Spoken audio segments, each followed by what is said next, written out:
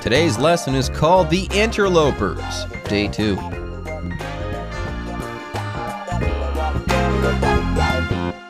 Hi everyone, my name is Jeff. And I'm Roger, and today in our program, we're going to continue talking about our featured work of literature, a short story entitled The Interlopers. This, of course, is a story by the famous British writer Hector Hugh Munro, who is known as a master of the short story. So you can probably find lots of his stories online somewhere. And they're not too long, and they're written in language that's not too difficult to understand. You won't have to look up too many words.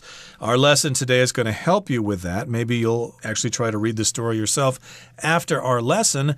But we were summarizing the story last time. Where we left off, the enemies Ulrich and Georg were both trapped by part of a fallen tree, and they're actually enemies with each other. What are they going to do now? Yeah, this had been a pretty interesting story. Remember, Ulrich and Georg hate each other. They're lifelong enemies. They're a part of an inter-family feud that goes back 3 generations. And remember, Ulrich, his family owns some forested land, and Georg and his family often trespass on this land, and Ulrich really wanted to catch Georg red-handed while he was trespassing. And at the end of day 1 of our story, he did catch Georg red-handed, and then the clash began. Ulrich and Georg went at it mano a mano, right? Wrong. They tried to, but then the real clash began. The clash between Ulrich, Georg, and the forest and nature. Yes, right before these two guys, remember, they did bump into one another. Right before they were about to fight, a wind thrashed through the forest and knocked a tree on both of these guys, and now they're trapped. And it's not Ulrich versus Georg anymore. It's these two guys versus nature. And I get the feeling that nature will probably win. But I don't want to spoil anything, folks. Let's go ahead and take a short break here. But when we come back, we'll start reading from day 2 of The Interlopers. Both men immediately mock each other for the other's plight and boast that their own men will arrive first to free them and kill the other. However, worn down by their injuries, they quickly fall silent. After a brief struggle, Ulrich pulls out his flask and, feeling a sudden flicker of pity, offers some to Georg, who refuses. I don't drink wine with an enemy, he answers. 大家好，今天第一个单字我们看到的是 mock， 这个字当作动词，代表嘲笑或是嘲弄的意思。例如 Classmates often mocked Andrea for her accent， 同学们常嘲笑 Andrea 的口音。接下来我们看到的单字是 boast， 这个字当作动词，它有自夸、夸耀或是拥有值得夸耀的事物的意思。所以我们可以说 Tim boasted to all of his friends that he lived in the biggest house in town. Tim 向所有的朋友炫耀他住在镇上最大的房子。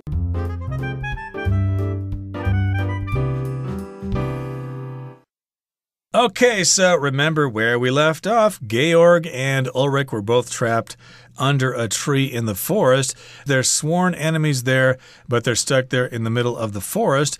And both men immediately mock each other for the other's plight and boast that their own men will arrive first to free them and kill the others. So, of course, they start mocking each other. If you mock someone, you tease them, you laugh at them, you make fun of them, you insult them.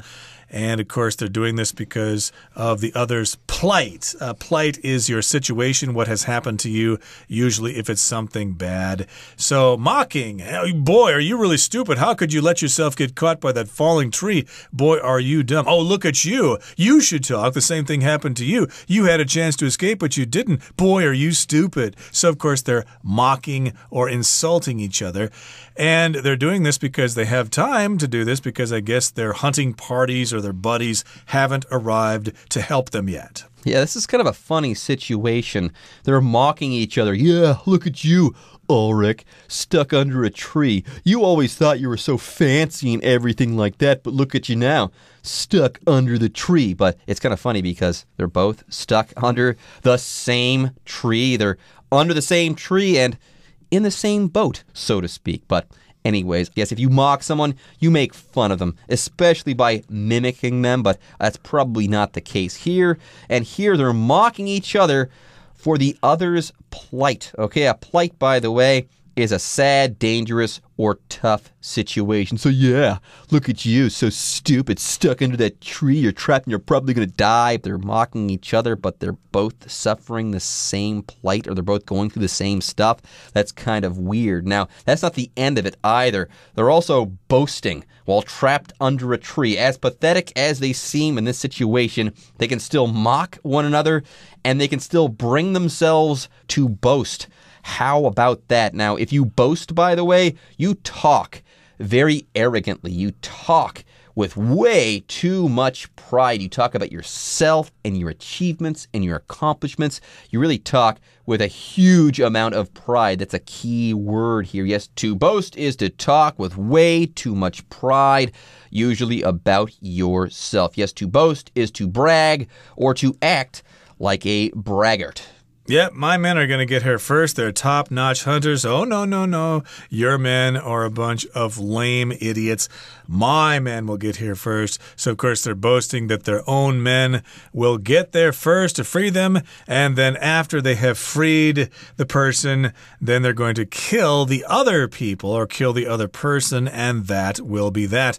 However, worn down by their injuries, they quickly fall silent. So, of course, at the beginning, they're willing to mock each other, to call each other names, to insult each other. But, they're actually stuck under a tree. Their plight is not very optimistic here. They're kind of stuck there under a tree, and if you've ever had a tree fall on you, you know that tree branches and tree trunks are extremely heavy, and they're very difficult to remove, and they can cause extreme discomfort, extreme pain. So, of course, they're worn down by their injuries. They are injured. They are harmed. So, of course, this takes away all their energy. If you're worn down, that means you've lost all your energy. You'll feel very worn down if you run a marathon, for example. Yes, these two guys have been worn down or made weary, weak, tired, or fatigued by their injuries. So they stop mocking each other and they stop boasting. They quickly fall silent because they are extremely tired. They've been worn down by their injuries, and their injuries, yes, are going to be terrible because, like Roger said, a tree has fallen on them, and trees and tree branches are extremely heavy. If a tree does fall on you, no, this hasn't happened to anyone. It hasn't happened to Roger or me or to anyone listening here. But yes, if a tree were to fall on you, it would hurt you a lot. It would give you severe injuries that would wear you down and make you tired if it didn't just kill you all in one fell swoop. But again, I digress. Let's go ahead and move on here. The next sentence says, after a brief struggle, Ulrich pulls out his flask and, feeling a sudden flicker of pity, offers some to Georg, who refuses.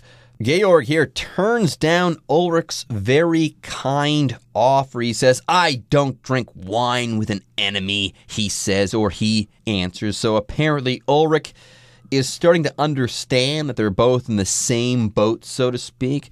But Georg, his hatred is still there. It's still burning brightly. Anyways, let's go ahead and talk about this word flask before we take a break. A flask is usually a metal pocket-shaped bottle that is meant to carry alcohol, like wine or spirits or liquor or something like that. And he offers him some of the wine, but again, Georg says, no, I'm not going to drink any wine that comes from an enemy, and that's that. Okay, let's move on now to the next portion of our lesson. We'll listen first.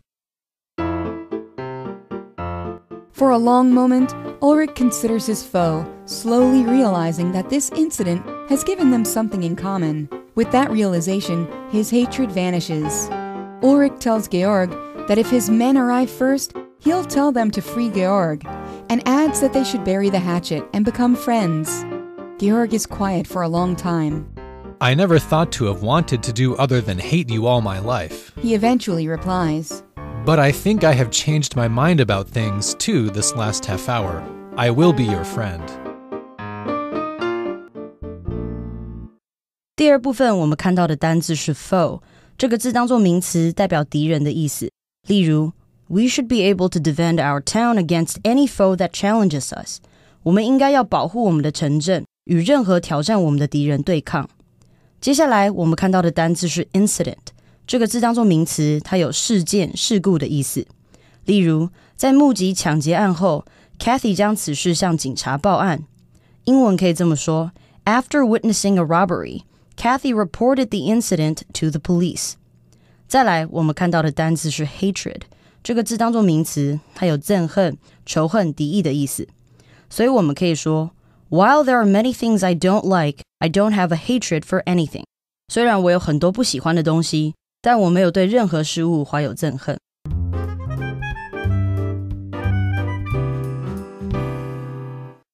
For a long moment, Ulrich considers his foe or thinks deeply about his foe, slowly realizing that this incident has given them something in common. And with that realization, his hatred vanishes. So Ulrich did start to take pity on Georg, but the hatred was still there. But given some time to think things over, yes, his hatred begins to vanish, or it just totally goes away. Why? Because after thinking about his foe, he realizes that this event or this incident has given them something in common. And yes, with that realization, Ulrich's hatred vanishes. Anyways, let's go ahead and talk about 4 things to be found in this sentence. First of all, a foe. What is a foe? A foe is an enemy or an adversary or a rival. I believe we touched on that word or talked about that word rival on day 1. And then I've already mentioned this, but an incident is kind of like an event. An incident is something that happens. It's not unlike an event, but usually when we're talking about an incident, we're talking about something that is noteworthy, that has happened or occurred. Right, so the same thing has happened to them. They're in the same situation, so he has realized that.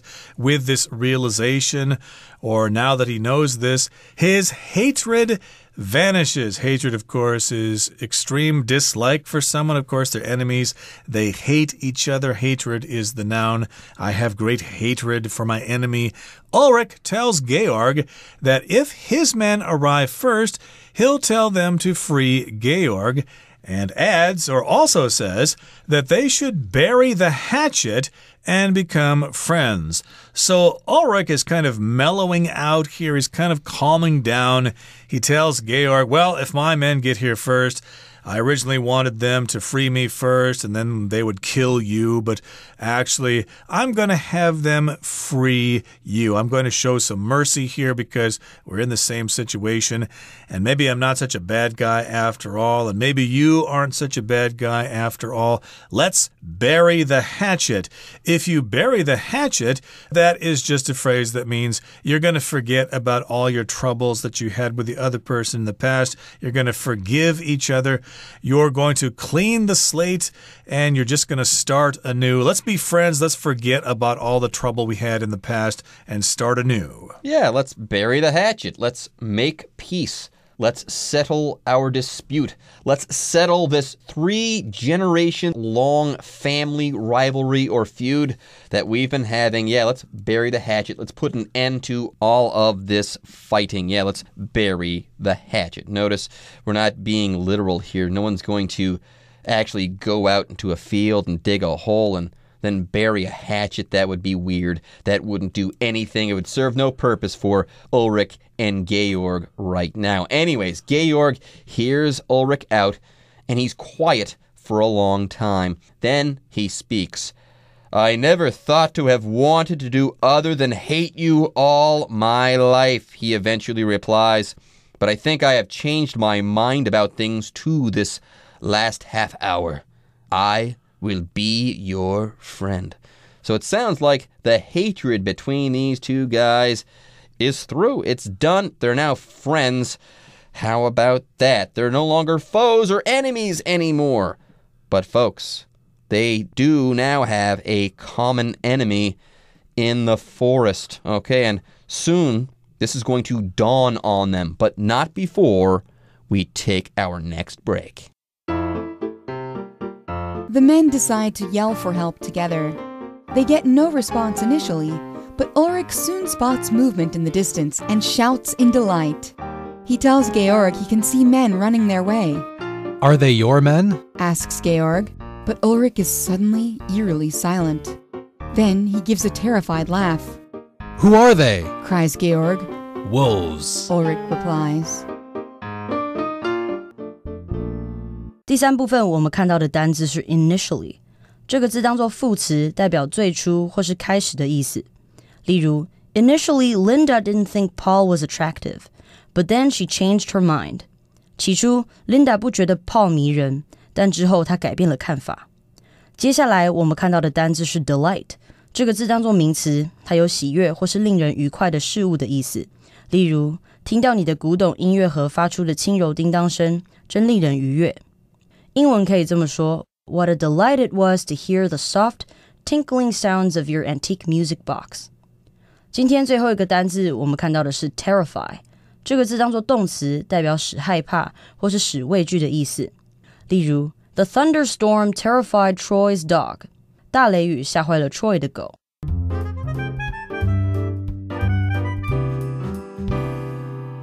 Okay, everybody, let's continue with our story. The men decide to yell for help together, and they get no response initially, but Ulrich soon spots movement in the distance and shouts in delight. Okay, so initially, at the beginning, they got no response. They yelled and yelled, "Help! Help us! We're trapped under a tree! Come and save us!" They were yelling together.And then they stopped yelling, but there was no response. They couldn't hear anybody saying, "Oh, yes, we hear you. We'll be there as soon as we can." No, they did not get a response at the beginning. But Ulrich was looking around and he spotted movement. In other words, he saw something moving far away in the distance, and then he shouts in delight. Delight, of course, is when you're really happy, and when you shout in delight, you're going, "Yay, all right, we're saved. I'm really, really happy." Now, Roger, this does sound like the story is taking a turn for the better. Okay, they get no response at first or initially, and then, hey, they see movement, and they figure, we're rescued, we're saved, this is great, this is wonderful, so let's go ahead and shout in delight. Let's shout with great happiness, right? Folks, this is going to be the end to them. Remember, they're no longer foes, but they still have a gigantic foe in the forest. The forest has put the tree where it is, squarely on top of them, and now the forest is also going to send in some ferocious beasts, but I don't want to spoil everything, so I'll just read on instead. The next sentence says, Ulrich tells Georg, he can see men running their way. He sees the movement, and he thinks, hey, yeah, those are our men, and they're running this way. Now, Georg, he's got a question. Are they your men? Asks Georg. But Ulrich is suddenly, eerily silent, because those aren't men in the distance. So Ulrich, he looks like he has just seen a ghost, and for this reason, he is suddenly eerily silent. Now, here we have the word eerily. Eerily means in a way that is eerie, and yes, the word eerie, E-E-R-I-E, describes something creepy or spooky, something that might make you feel uneasy, like the sight of a ghost or something like that, the sight of your fate coming right at you. So he's eerily silent. He's kind of strangely silent. He doesn't say anything, and it seems kind of scary because he's not saying anything. Gee, what's wrong? What are you seeing? Then he gives a terrified laugh. If you're terrified, you're really, really scared. And remember, we laugh for different reasons. Sometimes we laugh when we're scared. I don't know if I can do that here. Which means he's actually frightened. He's terrified. Who are they? Cries Georg. Who are those men who are approaching? But Ulrich says, oh, they're not men. They are beasts. They are wolves. And that doesn't sound good because wolves, of course, are going to rip them apart, tear them up into pieces. Who are they? Cries Georg. Wolves, Ulrich replies. Wolves. So get this, folks. These two families have been fighting for 3 generations over this forest. They want to know who owns the forest. I'll tell you who owns the forest. The forest owns itself, and the wolves right now, they're the ones who own Ulrich and Georg. They are firmly in charge, and I don't think that Ulrich and Georg will be getting out of this one, no siree. All right, folks, with that, our story is now complete, and it's time for you guys to hear from the Chinese teacher.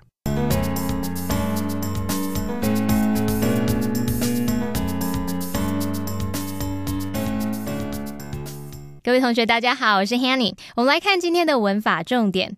课文第一部分有一个句子，他说 However, worn down by their injuries, they quickly fall silent. 然而他们因为伤势而感到疲惫不堪，感到非常疲惫，那很快就安静下来。那请同学们特别注意，这边句子里面的 fall, F-A-L-L, 它是当连缀动词，表示变成怎么样。那其他还有一些动词，像是 turn, become, get, go, grow 等等，也都有类似的用法，你后面都可以再接形容词表达变得怎么样怎么样。好，那另外帮同学们补充几个跟动词 wear 相关的片语。 wear 它当动词有损耗啊、磨损的意思，那这个意思它就延伸出几个片语，像我们课文里面的 wear down 表示以持续的压迫或者是持续的抵抗来让某个人衰弱啊，让他精疲力竭，或者是指消磨某个人的意志啊、耐性。那有一个相似的片语是 wear out， wear out 表示将某事物把它耗损殆尽，让某人精疲力尽等等，这个意思其实跟 tire 或者是 exhaust 很相近。好，那其他再补充几个片语，像是 wear thin， wear thin 表示逐渐的减弱、逐渐减少或是逐渐失效。你可以说 Her patience is starting to wear thin， 她开始不耐烦了，耐心逐渐消失了。那么 wear off，wear off 它表示逐渐消失、逐渐失效，像我们的止痛药啊，有时候就是失效，或者是打麻醉药，然后它就失效，你就可以用这来表达。例如 The painkiller has begun to wear off， 啊，这个止痛药开始失去药效了。好，还有一个是 wear away，wear away 它表示磨掉、磨损或是减少。举例来说 The apartment is in need of repair. Most of the paint has worn away. 这间公寓啊需要修复，大部分的漆都被磨掉了。好，那么课文的第二部分有一个句子，他说到 Ulrich tells Georg that if his men arrive first, he'll tell them to free Georg and adds that they should bury the hatchet and become friends. Ulrich 他就告诉 Georg 说，如果他的人先到，他就会告诉那群人说要先救出 Georg， 然后还说他们两个人应该要言归于好，变成朋友。好，那这边有一个片语叫做 bury the hatchet。bury the hatchet相当于中文的化干戈为玉帛，言归于好。那其中这个 hatchet 它就表示那种短柄，它的手把是短的那种小斧头。那把这个小斧头埋起来，引申的意思就是和好、和解，也就是化干戈为玉帛。那我们来看个例句。After all these years, the two players finally buried the hatchet. 经过这些年，那两位球员终于言归于好，两个人和解变成朋友了。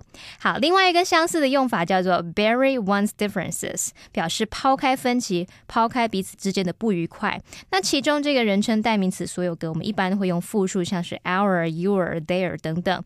例如We've decided to bury our differences and start working together. 我们决定要抛开彼此之间的不愉快，一起合作吧。好，那以上就是今天的重点整理，我们接着就来回顾今天的单字吧。Mock. The other kids mocked him for being afraid of the dark. Boast. Jack boasted about the expensive car his parents had bought for him. Foe. Neither friend nor foe could deny that she deserved her win. Incident. His speech was an embarrassing incident that I would just like to forget. Hatred. Sally looked at him with hatred and disgust following his comments. Initially. He initially reacted with surprise, but quickly expressed happiness at the news. Delight. The children cried out in delight when they learned that school was ending early that day. Terrify. The barking dog terrified my little sister and scared her away.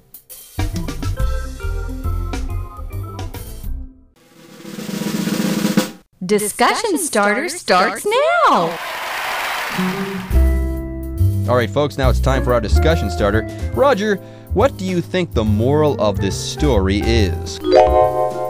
Well, I think the story is saying that nature is all-powerful because the men think they own the forest, but in the end they don't. It's the wolves who own the forest. We should have more respect for Mother Nature. How about you? Yeah, the story teaches us that ownership is something that men have created, okay? No one owns anything. Ulrich's family, Georg's family, neither of them will ever truly own the forest. So I believe that H.H. Munro is trying to tell us this. Yes, ownership doesn't exist. It's something that's ephemeral that we've created. And sometimes thinking that you own something can kind of end badly for you if you take it too seriously. This idea of ownership, that is. Okay, everyone. With that, today's article is now complete. But as always, we sure hope that you guys have enjoyed reading along with us. Anyways, I'm Jeff. I am Roger. See you next time.